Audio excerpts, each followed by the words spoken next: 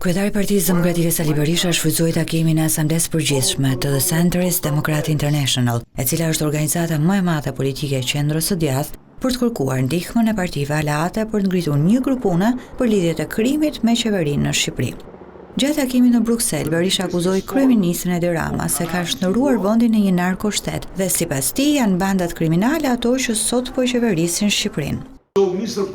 Besoj se organizatat tona duhet të krijojnë një grup të posaçëm pune për kartelet e drogës, narkoshtetet dhe narkotrafikun. Kjo do të ishte një ndihmë shumë e madhe sepse vendet të tilla nuk janë të rrezikshme vetëm për veten e tyre, por janë të rrezikshme për rajonin dhe madje edhe për TT.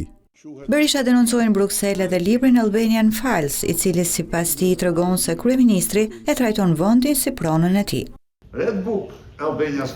Ky libër trajton 523 projekte të mëdha në peizazhet më të bukura të Shqipërisë, në bregdet ose në zonat malore për të cilat askush nuk kishte dijeni.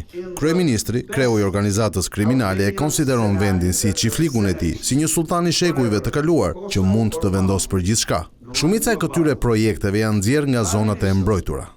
Gjatë takimit të Asamblesë Përgjithshme të organizatës së qendrës së djathtë demokrate, Berisha denoncoi kryeministrin Edi Rama se zhvillon farsa elektorale e nuk lejon mbajtjen e zgjedhjeve sipas standardeve ndërkombëtare.